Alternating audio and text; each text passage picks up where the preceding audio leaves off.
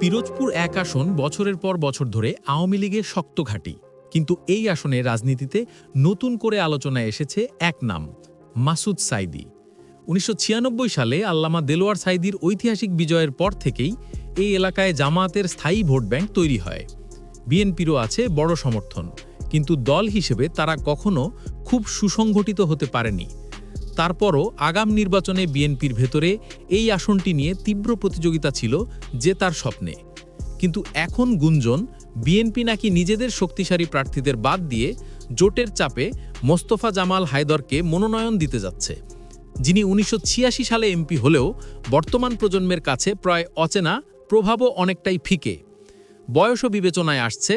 ৮৩ বছরের একজন প্রার্থী তরুণ ভোটারদের মন জয় করতে পারবেন কিনা তা নিয়ে প্রশ্ন রয়েছে স্থানীয়দের মধ্যে। অন্যদিকে এই আসনে বিএনপির সবচেয়ে শক্তি প্রতিদ্বন্দ্বী হতে পারতেন আলমগীর হোসেন, দলের সাবেক আহ্বায়ক, যিনি বহু বছর ধরে এলাকায় বিএনপিকে সক্রিয় রেখেছেন। স্থানীয় নেতারা পর্যন্ত বলছেন, যদি দলের বাইরে কাউকে মনোনয়ন দেওয়া হয় তারা সেই প্রার্থীর জন্য মাঠে নামবেন না, বরং অনেকে স্পষ্ট বলছেন সেক্ষেত্রে তারা মাসুদ সাঈদীর পক্ষেও দাঁড়াতে পারেন। বিএনপি জোট সমীকরণের কারণে ৪০ থেকে ৫০টি আসন শরিকদের ছাড়তে বাধ্য থাকায় পিরোজপুর একে মোস্তফা জামাল হায়দারের মনোনয়ন এখন অনেকটাই নিশ্চিত বলে মনে করা হচ্ছে।